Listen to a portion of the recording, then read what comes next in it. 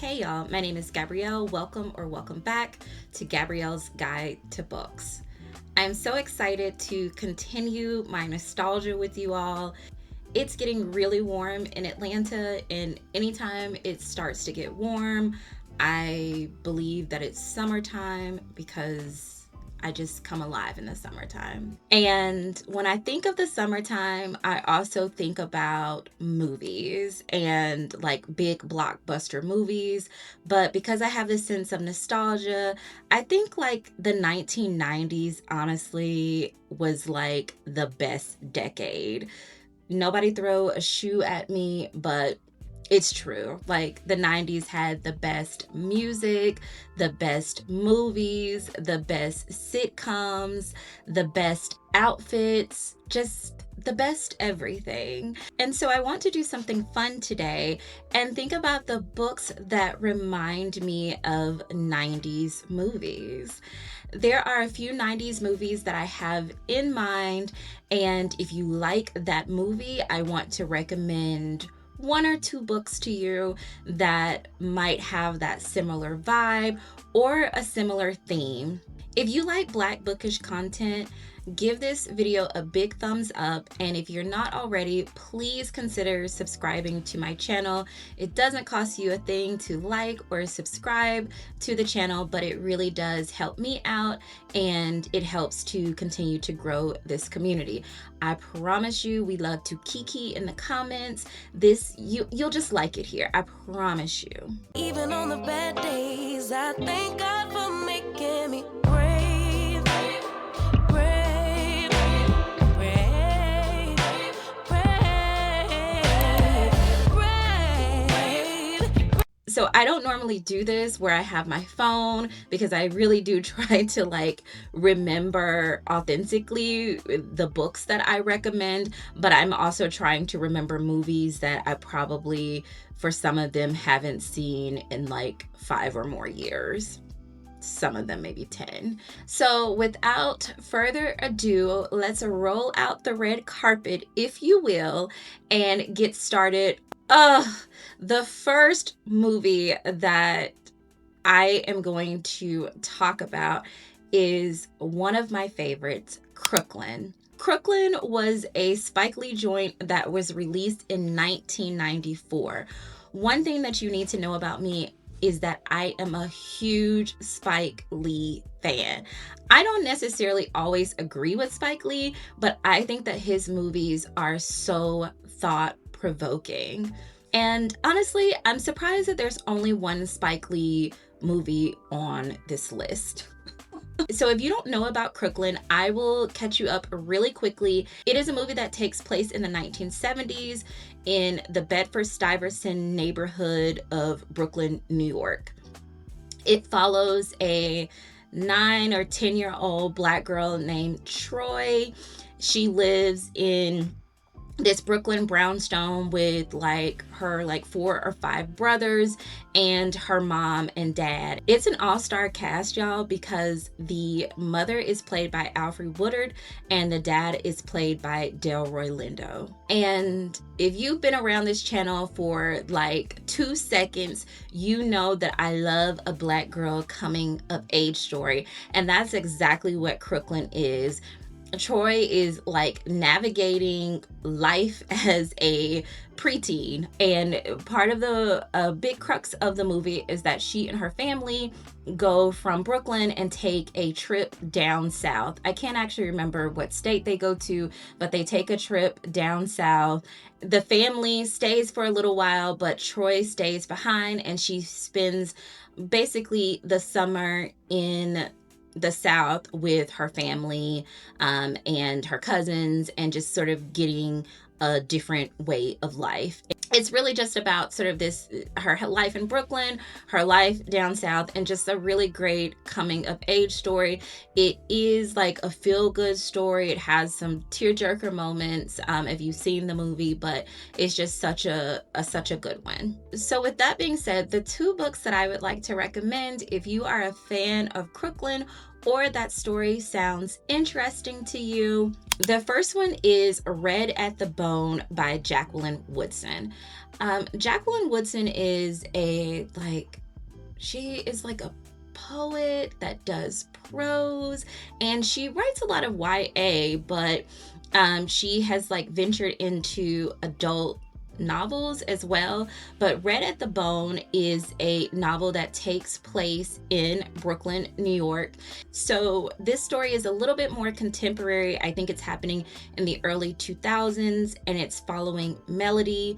She's having a coming of age party or coming out kind of party, and like at age 16, she is wearing this dress, but it kind of does this back and forth between Melody and her mother, because Melody's mother also had a coming of age ceremony wearing the same dress maybe 20 years before. So it goes back and forth between their stories and their girlhood stories. One of the interesting things in this story is that we see a lot of similarities between Melody's story and her mother's story, and we learn just more about what 16-year-old girls are desiring, what are their thoughts, what are their fears in these two different eras. Now that I think about it, honestly, there's actually another Jacqueline Woodson book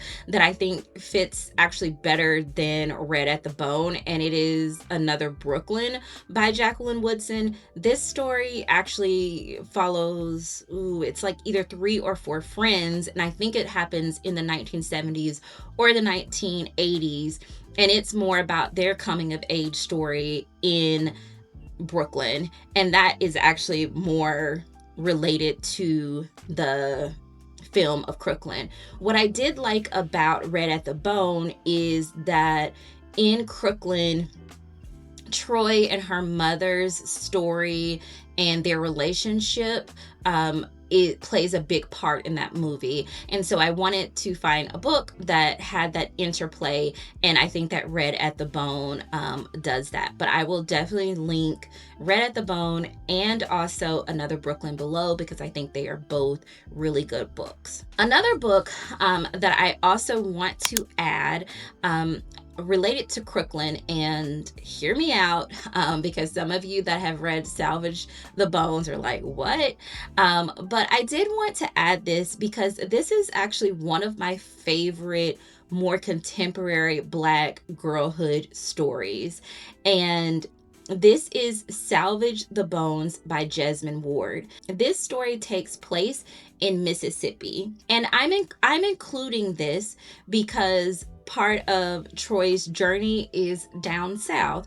And so I wanted to include something about a more contemporary Southern girlhood story. This story follows Ish. She is a 16-year-old Black girl as well, who she and her family are trying to escape a storm, which we later know is Hurricane Katrina. What I think is interesting about this story, and also matches Troy's story in Crooklyn, is that we learn a lot about Ish's relationship with her and her brothers, which Troy has a lot of brothers in Crooklyn, and Ish has several brothers in Salvage the Bones as well. It's a story about family. It's a story about tragedy.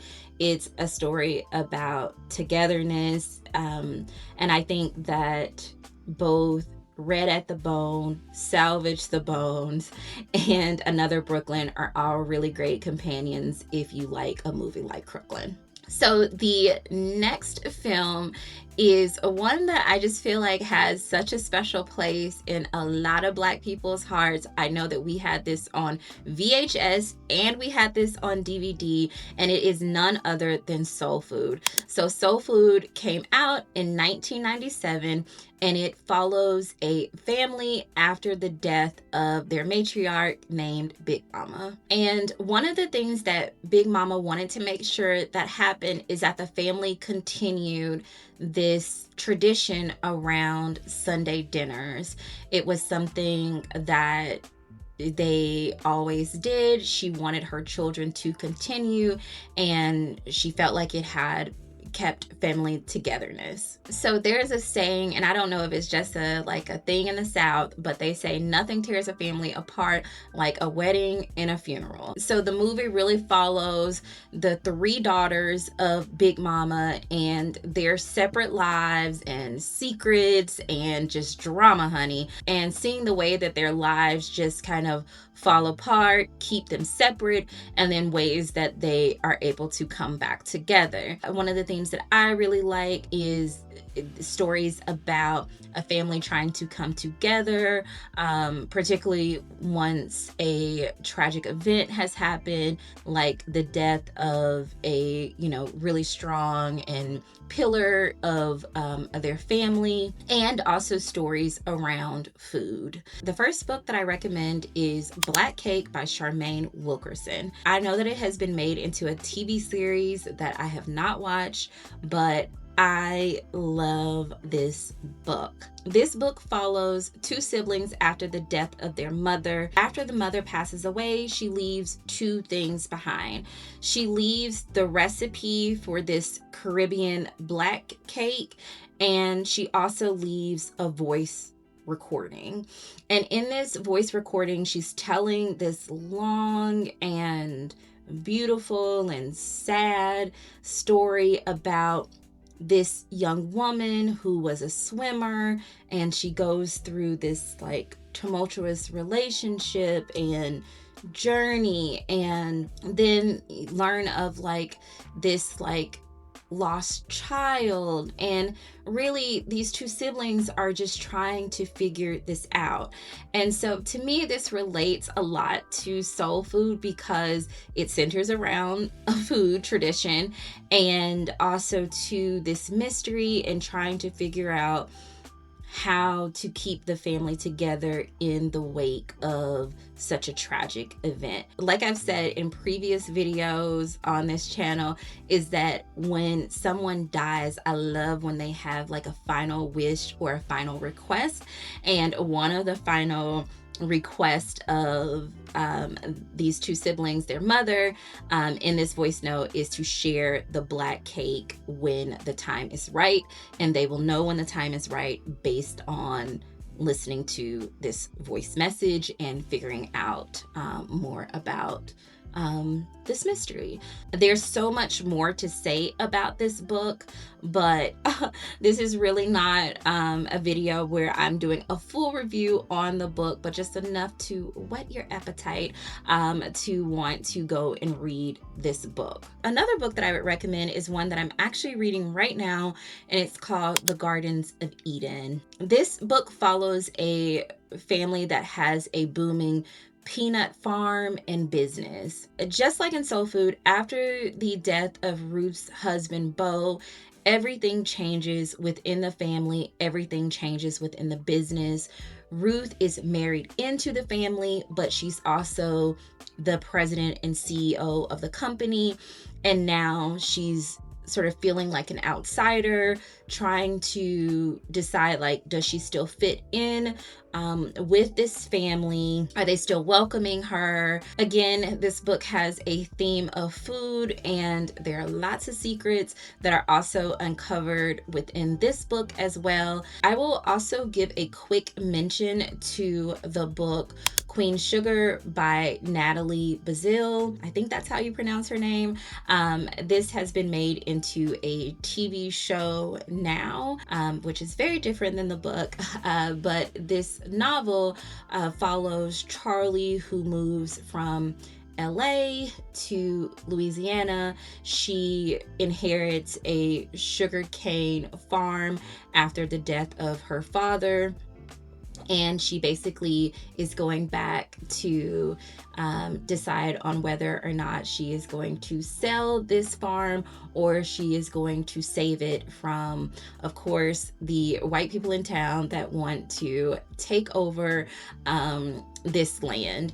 And it's really the story about her and her daughter Micah, this town that they live in or parish that they live in, and then also the relationship that she has with her half brother Ralph Angel.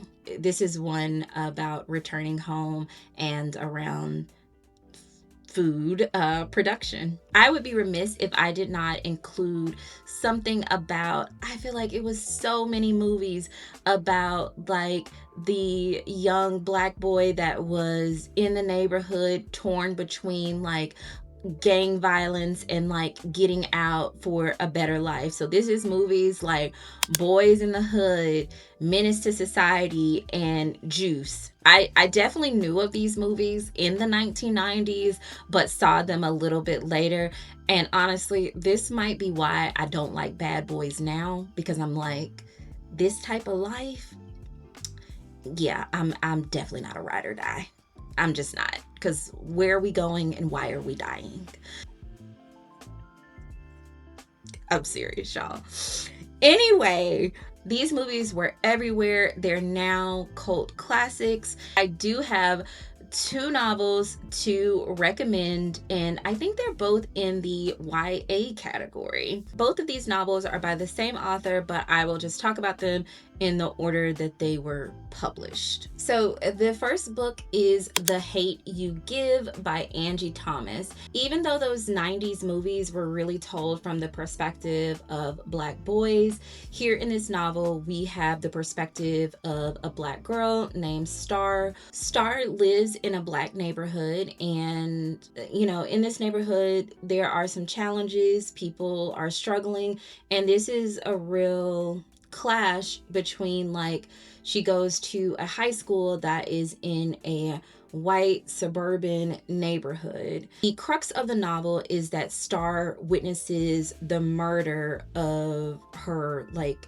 childhood best friend Khalil at the hands of a police officer. This novel does mirror some of those tensions that we saw in movies in the 1990s, like Boyz N The Hood, Menace II Society, Juice, and others. And it is also written at a time that it is unfortunately also mirroring the Black Lives Matter movement of like 2015, 2016, 2017, and could also mirror 2020, like this. It mirrors this history of violence and tensions towards Black communities and Black men and boys in particular. So this book is very good. It has now been made into a movie. YA novels have definitely expanded since I was a teenager, and I think that this is a type of book that is really good to introduce some of these deeper, heavier topics with teenagers. Okay, so the next book that I'll recommend is Concrete Rose, also by Angie Thomas. Clearly, Angie Thomas loves Tupac. I get it, girl. I get it. But this novel actually is told from the perspective of a young Black boy, and it's actually a prequel to The Hate You Give and follows Maverick Carter, who is Star's father. So this story follows Maverick when he was around 17 years old, so about the same age that Star was. He is also navigating a community that is struggling and dealing with police brutality, gang violence, while also trying to make a better life for himself and for the new child that he has, who is Star. So we see this play out in this story here. So I would say both of these, The Hate You Give and Concrete Rose, are really great. If you're interested in movies like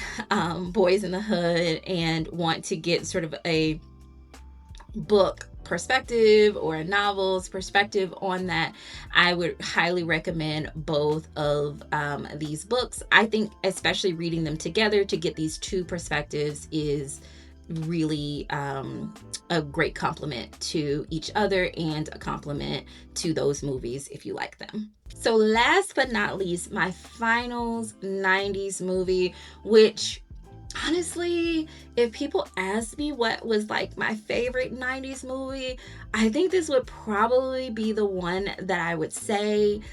And it is Boomerang, which was a 1992 black rom-com that starred Eddie Murphy as Marcus, Robin Givens as Jacqueline, and Halle Berry as Angela. Marcus was like this suave, professional, fine. He was at the top of his game, and he was a ladies' man, okay?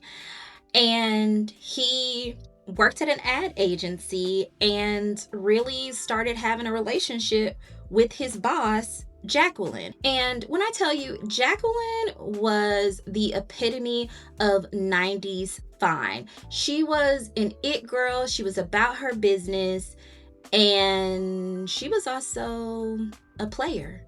And she was basically the female equivalent of Marcus. And essentially, she gave Marcus a dose of his own medicine. And at the same time, there was like this shy girl in the office, Angela, who was just like waiting in the wings. And then Marcus, after he had ran through all the women, was like, "Oh, Angela, you're here."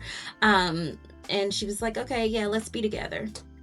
That movie, when they say toxic, I'm like, girl, Angela, girl, run. Okay. But anyway, it's one of my favorites.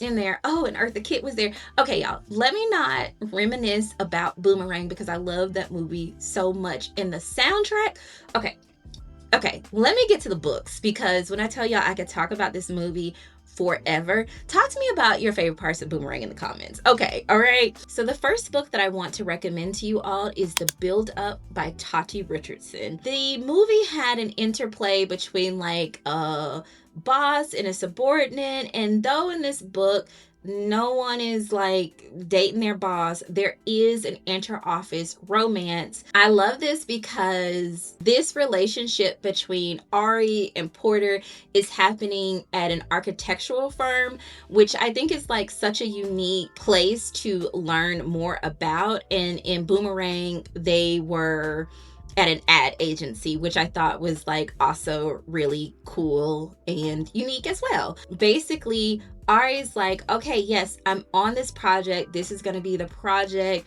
that like gets me on the top of my career, gets me on the top of my game. But then they're like, oh no, Porter's on this project with you. And she's like, man, why is Porter on this project with me? And she's like, Porter's on this project. He's so obnoxious. And it's also because I'm so attracted to him. So we see this like really like cute like interplay that is kind of like enemies to lovers, but like co-workers, that's like really steamy. It has like the right amount of spice. Anyway, this is a really great companion to the whole like work romance that happens in Boomerang. The final book that I will recommend for Boomerang is Plus Size Player by Danielle Allen. I don't think there could be a more perfect book to kind of sum up Marcus Graham in a way.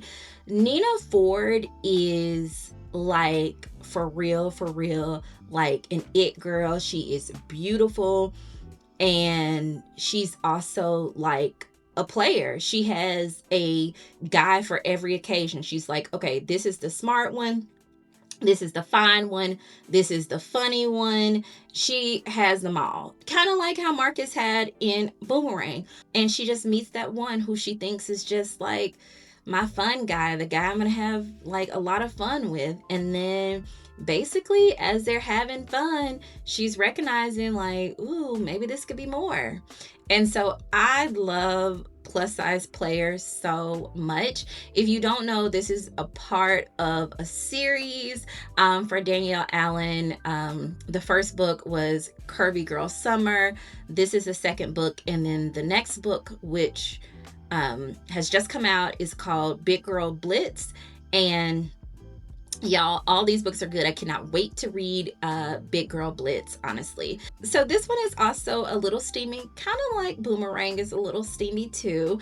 But I would highly recommend this book. Also, the build up to you if you just want the feels of Boomerang. These two books I think will deliver. Okay, you all. So I hope that you have gotten like some nostalgic 90s vibes from this video. So please tell me in the comments what's your favorite Black movie from the 90s, and we'll try to like make some book recommendations for you. This is a great community. We love to kiki in the comments, so I know if you put a movie in there, honey, somebody is going to give you a good book recommendation. So thank you all so much for all of your support for this content and for this channel. Y'all, I'm just so overwhelmed by your love and your support. When I decided to sit down and just start to talk about like my first love, which were books and reading, I just never thought that I would just meet such a wonderful and beautiful community that would just like expand my community and introduce me to other booktubers out there. And I just want to continue to make good content for you all. Let's stay connected via Instagram, TikTok, and also don't forget to like, comment, share, and subscribe.